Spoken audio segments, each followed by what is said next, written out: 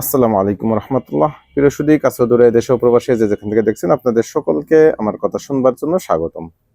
আজকে দুটো পয়েন্টে কথা বলবো, খুব যৎসামান্য। আশা করি শেষ পর্যন্ত সাথেই থাকবেন এবং আপনারা আপনাদের মূল্যবান মতামত জানাবেন। প্রথম পয়েন্টটি হচ্ছে নির্বাচনে কারা জিতবে, এই বিষয়টা একটু থাকছে। সাথে এখন সবচেয়ে সময়ের আলোচিত যে বিষয়টা, সেটা হচ্ছে ভারতে আদৌ বাংলাদেশ ক্রিকেট টিম খেলতে যাবে কিনা, সেই বিষয়টা নিয়ে বিসিবির সিদ্ধান্ত বা সরকারের সিদ্ধান্ত, এই বিষয় নিয়ে আজকে দেখলাম আমাদের সাবেক এক ক্রিকেটার, বাংলাদেশ দলের সাবেক অধিনায়ক তামিম ইকবাল লম্বা চওড়া একটি ভিডিও দিয়েছেন। তার এই ভিডিওর উপরে কিছু আলোচনা করব। তো প্রথমে আমরা যে টপিকসটা আনছি সেটা হচ্ছে নির্বাচনে কারা জিতবে। আমরা ইদানিং দেখতেছি বাংলাদেশে অনেক জ্যোতিষী বেরিয়ে গেছে, অনেক বুদ্ধিজীবী, অনেক আলোচক, অনেক টক শোতে কথা বলেন। অনেকেই তাদের মতো করে অ্যানালাইসিস করছেন, তাদের মতো করেই যুক্তি দাঁড় করাচ্ছেন কে জিতবে, কাউকে জিতিয়ে দিচ্ছেন, কাউকে হারিয়ে দিচ্ছেন, কারো ভোট নাই। কয়েকদিন আগে দেখলাম একটা জরিপ হলো, সেখানে 79% ভোটার তারা বিএনপিকে ভোট দিতে চায়, 19% না কয় পার্সেন্ট তারা জামাতকে ভোট দিতে চায়, 2% এনসিপি কে দিতে চায়। তার মানে বাংলাদেশে এখন আর আওয়ামী লীগের কেউ নেই। ওই জরিপের ভাষ্য আর কি এরকমই। এই ধরনের গানজুট্টি জরিপ আমরা হামেশাই দেখব। আমরা কিন্তু এরকম জরিপ বিগত 2008 সালের যে নির্বাচন, তখনও দেখেছিলাম। 10-এর যে নির্বাচন, তখনও বিভিন্ন জরিপ আমরা দেখেছি যে আওয়ামী লীগ এতগুলি পাবে, বিএনপি এতগুলি পাবে। কিন্তু সর্বশেষ দেখলাম বিএনপিকে একেবারেই যৎসামান্য কয়েকটি আসন উপহার দেওয়া হয়েছিল। তো এই ধরনের জরিপ আসলে আমাদের কোনো কিছুই বাস্তবতা নির্ধারণ করে না। যেমন কয়েকদিন আগেই আমরা এক ব্যক্তির একটা কথা দেখেছিলাম। তিনি হচ্ছে আমাদের নিউ এজের সম্পাদক। তিনি একটি কথা বলেছিলেন, আমি যদি তার একটু ছবিটা দেখাই, চিনবেন সকলেই। তো নুরুল কবির সাহেব যথেষ্ট বিজ্ঞ প্রাজ্ঞ একজন আলোচক এবং সাংবাদিক, অবশ্যই খুব সিনিয়র সাংবাদিক। তিনি একটি কথা বলেছিলেন 23শে ডিসেম্বর 2025, এই মাত্র গত মাসে। কি বলেছিলেন?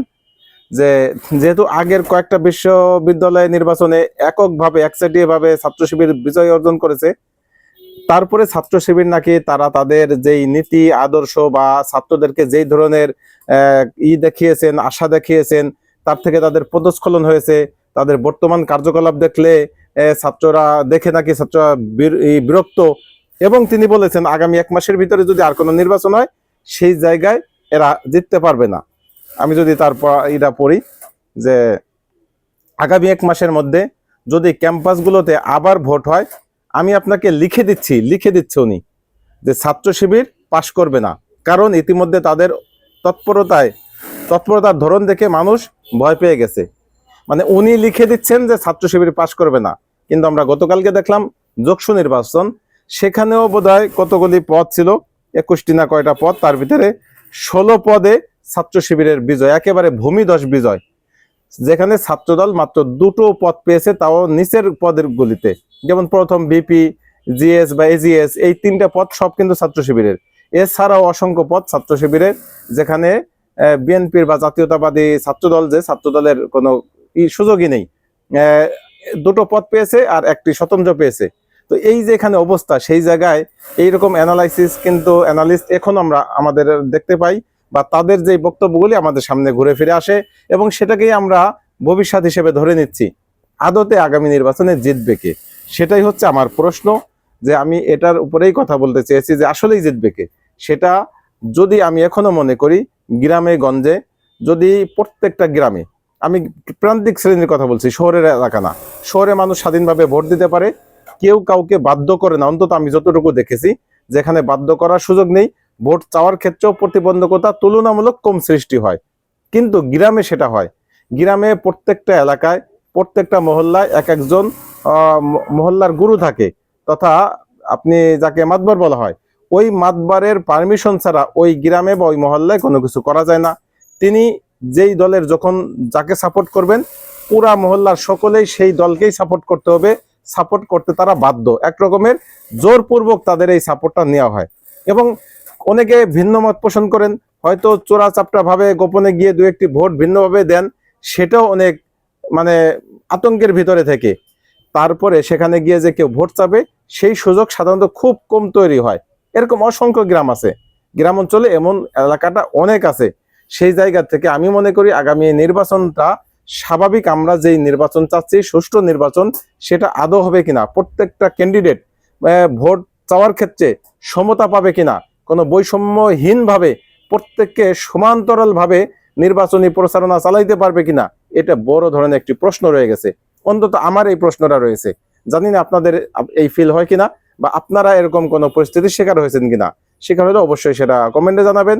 তবে যদি এইরকম ভাবে ন্যায্যতার সাথে বৈষম্যহীন ভাবে প্রত্যেক ক্যান্ডিডেটের সমান্তরাল ভাবে তাদের ভোট ভোট চাওয়ার যে ইটা বা এই তাদের যে কার্যক্রম, এই কার্যক্রম পরিচালনার যদি সুযোগ দেওয়া হয়, গণসংযোগ করার একেবারে সকলের জন্য সমতার সাথে সুযোগ দেওয়া হয়, তাহলে আমার মনে হয় ফলাফল ভিন্ন কিছু হলেও হতে পারে।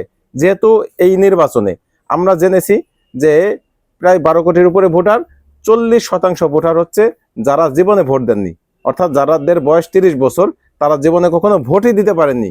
বিগত 17 বছর যেহেতু ভোট হয়নি, ওই লোকগুলি ভোট দিতে পারেননি। তো এই 40% ভোটারের ইচ্ছা অনিচ্ছার কিন্তু বড় ধরনের একটি মূল্য আমাদের সামনে উপস্থিত হবে। তারা যেই দিকে মন নিবে সেই দিকের কিন্তু প্রার্থী জিতে যাবে, সেটাই হচ্ছে বাস্তবতা। অতএব তাদের চাওয়া পাওয়া কি, তাদের দৃষ্টিভঙ্গি কি, সেটাও আমাদের মূল্যায়ন করতে হবে। আমরা একটু আগে দেখলাম অনলাইন অ্যাক্টিভিস্ট বিএনপি বন্দী শাহেদ আলম, তিনি বলেছেন যে এই যক্ষু নির্বাচন, গতকালকে যে নির্বাচন হলো, এই নির্বাচনে সারাদিন ছাত্র দলের প্রার্থীকে এগিয়ে রাখলো আর শেষে গিয়ে ছাত্র শিবিরকে জিতিয়ে দিল। এটাই নাকি কারচুপি করা, মানে এটাই নাকি মনিটরিং করা। তো এই যে তাদের বক্তব্য, এই ধরনের বক্তব্য নিয়ে তারা কিভাবে মানে চলতেছে, আমার সেটাই বুঝে আসতেছে না যে বর্তমান সময়, এই সময়ে রাষ্ট্র কি শিবির চালাচ্ছে, রাষ্ট্র কি জামাত শিবির চালাচ্ছে? তা তো চালাচ্ছে না। তাহলে বিএনপির থেকে তারা কি খুব বেশি শক্তিশালী হয়ে গেছে যে এই জায়গায় তারা করবে, ভোট কারচুপি করবে? যে আমি যদি শাহেদ আলমের পোস্টটা দেখাই, শাহেদ আলম বলছে যে সারাদিন ছাত্রদলকে এগিয়ে রেখে রাতের বেলা শিবিরকে জিতিয়ে দেওয়ার নামই ইলেকশন ইঞ্জিনিয়ারিং। শাহেদ আলম বিএনপিপন্থী অ্যাক্টিভিস্ট। তো এই যে বিএনপিপন্থী অ্যাক্টিভিস্টটা যে নিজেদের ভুল না ধরে বিএনপির কোথায় কোথায় সমস্যা, চাঁদা নিয়ে সমস্যা, দুর্নীতি নিয়ে সমস্যা, ঋণ খেলাফি নিয়ে সমস্যা, আজকে একটু আগেও দেখলাম যে হাসানাত আব্দুল্লাহর বিপক্ষে যিনি দাঁড়িয়েছিলেন বিএনপির থেকে, তার নমিনেশন বাতিল হয়ে যাচ্ছে, অর্থাৎ তিনি ঋণ খেলাফি হিসেবে থাকায় তিনি নির্বাচন করতে পারছেন না। যদিও হাইকোর্ট থেকে প্রাথমিক পর্যায়ে তাকে ঋণ খেলাফি মুক্ত দেখানোর কথা ছিল, পরবর্তীতে চেম্বার জজ আপিলের পরে সেইটা স্থগিত করে দিয়েছেন। আপাতত তিনি এখন অবধি নির্বাচন করতে পারছেন না, এটা হচ্ছে বাস্তবতা। তো এই যে ঋণ খেলাফি কেন হয়? সে টাকা নিয়ে টাকা মেরে দিয়েছে, টাকা দিচ্ছে না, ব্যাংকের টাকা। তো এই কোটিপতি যারা, তারা মূলত ফকিরনির কাছে এখনই হেরে যাওয়ার সুযোগ তৈরি হয়ে যাচ্ছে। এইরকম অবস্থা চলতে থাকলে সামনের দিনে কি হবে অপেক্ষা করুন। আমরা আগামী নির্বাচন পর্যন্ত ওয়েট করতে থাকবো, দেখবো যদি সুষ্ঠু পরিবেশ থাকে নির্বাচনে যদি প্রত্যেক প্রার্থী সমান্তরাল ভাবে তারা নির্বাচনী প্রচারণা চালাতে পারেন, তাহলে আমি মনে করি আগামী নির্বাচন ভিন্ন একটি অর্থ নিয়ে আসবে আমাদের সামনে, ভিন্ন একটি বার্তা আমরা পাবো এবং ভিন্ন একটি আবহাওয়া আমাদের সামনে উপস্থিত হবে ইনশাল্লাহ। দ্বিতীয় যেই বিষয়টা আমি আপনাদের সামনে কথা বলতে চাইছিলাম সেটা হচ্ছে তামিম ইকবাল। আজকে উনি লাইভে এসে অনেক লম্বা একটি আলোচনা করেছেন, যেখানে তিনি অনেক কিছু বলে সর্বশেষ বলেছেন যে আমি বোর্ডের কেউ না, এই বিষয়ে আমার স্পেসিফিক কোনো কথা বলতে পারি না। কিন্তু তিনি ইনিয়ে বিনিয়ে যা বললেন, আমি যদি একটু পড়ি জনকণ্ঠ থেকে, আমি যদি একটু পড়ি আপনাদের সামনে, যে বাংলাদেশ ক্রিকেট বর্তমান প্রেক্ষাপটকে ক্রিটিক্যাল ও সংকটময় হিসেবে অভিহিত করেছেন জাতীয় দলের সাবেক অধিনায়ক তামিম ইকবাল। বিসিবির যে কোনো নীতি নির্ধারণী সিদ্ধান্তে আবেগের চেয়ে দীর্ঘমেয়াদী প্রভাব ও খেলোয়াড়দের স্বার্থকে বেশি গুরুত্ব দেওয়ার তাগিদ দিয়েছেন তিনি। বর্তমান পরিস্থিতি নিয়ে সাংবাদিকদের সঙ্গে আলাপকালে তামিম বলেন, হুটহাট কোনো মন্তব্য বা আবেগী সিদ্ধান্ত নেওয়া ঠিক হবে না। তিনি বিশ্বাস করেন আলোচনার মাধ্যমেই সব জট খোলা সম্ভব। তার ভাষায়, অনেক সময় সবাই মিলে বসে আলোচনার মাধ্যমে জটিল বিষয়গুলো সমাধান করা যায়। সঠিক সংলাপ বড় বড় সমস্যার সমাধান বের করতে পারে। বিসিবিকে আগামী 10 বছরের কথা মাথায় রেখে সিদ্ধান্ত নেওয়ার পরামর্শ দিয়ে তামিম বলেন, আজকে যে সিদ্ধান্ত নেব তার প্রভাব আগামী 1 দশকে বাংলাদেশের ক্রিকেটের উপর পড়বে। তাই শুধু বর্তমান পরিস্থিতি বিবেচনা করলে চলবে না, ভবিষ্যতে বাংলাদেশ ক্রিকেট কোন পথে এগোবে তা মাথায় রেখেই সিদ্ধান্ত নেওয়া জরুরি। তিনি বোর্ডকে একটি স্বাধীন সংস্থা হিসেবে দেখার উপর গুরুত্ব আরোপ করেন। তামিম মনে করেন, বড় অংশীদার হিসেবে সরকারের সাথে আলোচনার প্রয়োজন হলেও বোর্ডের নিজস্ব সিদ্ধান্ত গ্রহণের ক্ষমতা থাকা উচিত। বোর্ড যদি মনে করে কোনো সিদ্ধান্ত দেশের ক্রিকেট ও খেলোয়াড়দের জন্য মঙ্গলজনক, তবে সেই সিদ্ধান্ত নেওয়ার অধিকার তাদের থাকা উচিত। সিদ্ধান্ত গ্রহণের ক্ষেত্রে শুধু জনমতের উপর নির্ভর না করার পরামর্শ দিয়েছেন তিনি বলেন, মাঠে খেলার সময় দর্শকদের আবেগ থেকে অনেক ধরনের মন্তব্য আসবেই। জনমত সবসময় একরকম থাকে না। শুধুমাত্র জনমতের উপর ভিত্তি করে বড় সংগঠন পরিচালনা করা সম্ভব নয়। নিজের বর্তমান অবস্থান পরিষ্কার করে তামিম জানান, তিনি এখন বোর্ডের কোনো পদে নেই, তাই নির্দিষ্ট কোনো বিষয়ে মন্তব্য করবেন না। এই যে তিনি অনেকগুলি কথা বলে তারপরে এই কথাটা বললেন যে তিনি নির্দিষ্ট কোনো মন্তব্য করবেন না, অথচ বোর্ডকে পরামর্শ দিলেন কি করা উচিত অনুচিত এই বিষয়ে কথা বললেন। এখন আমার প্রশ্ন হচ্ছে যে আলোচনা কার সাথে হয়? সমতার ভিত্তিতে, সম্মানের ভিত্তিতে, মর্যাদার স্বার্থে। মর্যাদা যিনি দিতে পারেন তার সাথে আলোচনা করা যায়, কিন্তু যে আপনাকে মর্যাদাহীন ভাবে তুচ্ছ তাচ্ছিল্য করতেছে তার সাথে আবার কিসের আলোচনা? এবং ভারত এমন কোনো না যে ভারতের কারণে আমাদের বিশাল ক্ষতি হয়ে যাবে। প্রথমত, খেলা একটা আমাদের বাংলাদেশের একটা পার্ট, এমন না যে পুরা বাংলাদেশটাই খেলার উপরে চলতেছে, একটা পার্ট। ধরেন আজকে থেকে বাংলাদেশ খেলবে না, তাতে কি বাংলাদেশ অচল হয়ে যাবে? বাংলাদেশ শেষ হয়ে যাবে, ধ্বংস হয়ে যাবে? তা তো হবে না। তো সর্বপ্রথম আমাদের সম্মান, দেশের সম্মান। বাংলাদেশ ক্রিকেট খেলতেছে দেশের মর্যাদা বিশ্বের দরবারে ফুটে তোলার জন্য। সেই মর্যাদা নষ্ট করে তো খেলার কোনো সুযোগ নেই। একটা স্বাভাবিক বিষয় মনে করেন যে আপনার বাড়ির পাশে খুব বড় প্রতিপত্তি, কোটিপতি কোনো মানুষ আছে, সে আপনার পরিবারের উপরে সব সময় কি করে, মানে এমন কিছু অন্যায্য কাজ করে যেটা কোনোভাবেই মানুষকে বলাও যায় না। যেমন ধরেন যে কোনো একটা ফ্যামিলি আর এক ফ্যামিলির মেয়ে নিয়ে বা তার মা সম্পর্কে আপত্তিকর কথা বলে বা তাদের সাথে কোনো খারাপ আচরণ করতে চায়। এই অসদাচরণ করার পরে বা এই অশ্রাব্যতা করার পরেও ওই ফ্যামিলি কি তাদের উচিত যে ওই লোকের সাথে তোয়াজ করে বা নম নম করে কথা বলা বা তাকে সম্মান দিয়ে তার সাথে আলোচনায় বসা? এটা তো কোশ্চেন কালো সম্ভব না। অন্তত যার আত্মমর্যাদা বোধ আছে সে এই রকম অপমানের পরে ওই ব্যক্তির বিরুদ্ধে রুখে দাঁড়ানো, সেটাই হচ্ছে বাস্তবতা। ভারত যেই সিচুয়েশন তৈরি করেছে এটা তো বাংলাদেশ তৈরি করেনি, এরা ভারত নিজেরা নিজেদের পায়ে কুড়াল মেরেছে। যেটা ভারতের অসংখ্য ব্যক্তিত্বরা এখন বলছেন, অনেক প্লেয়াররাও বলছেন, সৌরভ গাঙ্গুলি বলেছেন, আরো অনেকেই বলছেন যে আসলে এই বর্তমান যে পরিস্থিতি তৈরি হয়েছে সেটা টোটাল দায়ভার ভারতের। কারণ আপনি একজন মেহমানকে দাওয়াত দিয়েছেন, আপনার বাড়ির অনুষ্ঠানে দাওয়াত না দিতেন ভিন্ন কথা, আপনি দাওয়াত দেওয়ার পরে ওই লোক আপনার বাড়িতে নিয়ে তারপরে আপনি ঘাট ধাক্কা দিয়ে তাকে বের করে দিবেন, এটা তো কোনো শিষ্টাচারের ভিতরে পড়ে না। এটা তো একেবারেই মানে নোংরামি একটা। সেই নোংরামি করার পরেও তাদের সাথে আমরা সভ্যতার সাথে আলোচনা করব, এই প্রস্তাব দিচ্ছেন তামিম ইকবাল। মানে দালালির তো একটা লিমিট থাকে, দালালির একটা সীমাবদ্ধতা থাকে। তারা বড় রাষ্ট্র, তাই বলে কি আমরা আমাদের সতীত্ব বিলিয়ে দিব?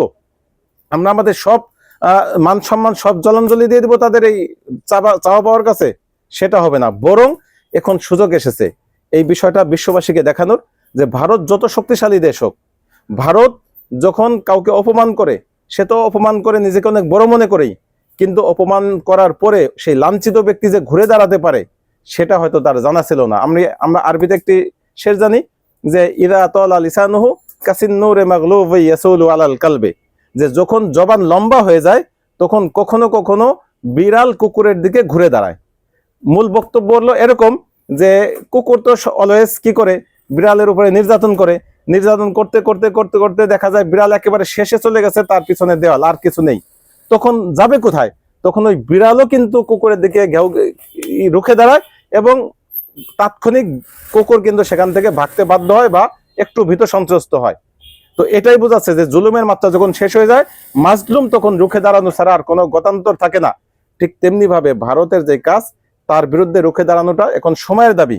তাছাড়া এই ইতিহাস তো নতুন না যে কোনো দেশ যদি নিরাপত্তার কারণে কোনো দেশে খেলতে না চায় তখন আইসিসির উচিত কোনো নিরপেক্ষ ভেন্যুতে সেই ম্যাচ আয়োজন করা, যেটা কয়েকদিন আগেই আমরা দেখেছি, এশিয়া কাপের ভিতরেই দেখেছি, যেখানে ভারত পাকিস্তানের ম্যাচ ভারতের আপত্তির কারণে তখন পাকিস্তানে হয়নি, এটাই স্বাভাবিক।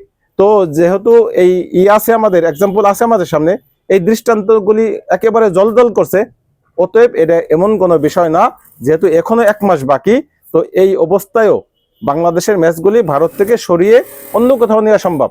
বাংলাদেশ তো বলেনি যে আমরা খেলবো না, বিশ্বকাপে যাব না। বাংলাদেশ বলছে আমরা ভারতে খেলবো না, যেহেতু তারা আমাদেরকে একজন প্লেয়ারকে নিরাপত্তা ইস্যু দেখিয়ে তারা সেই দেশে যাইতে নিষেধাজ্ঞা দিয়েছে। অতএব যেখানে আমাদের বিশ্বকাপে প্রায় 40-50 জনের একটি টিম থাকবে, সাথে অসংখ্য দর্শক থাকবে, এই দর্শক, সাংবাদিক এবং এই টিম ম্যানেজমেন্ট, এদের নিরাপত্তা ভারত কিভাবে দিবে সেটা তো নিশ্চিত করতে পারবে না। অতএব কোনো ক্রমেই আমাদের স্বাধীনতা, সার্বভৌমত্ব, দেশের সম্মান এবং নিরাপত্তা, এই বিষয়গুলি বিকিয়ে দিয়ে বিশ্বকাপ খেলতে পারি না আমরা, সেটাই হচ্ছে বাস্তবতা। আজকের মতো এ পর্যন্ত, ভালো থাকবেন, আল্লাহ হাফেজ, আসসালামু আলাইকুম রহমতুল্লাহ।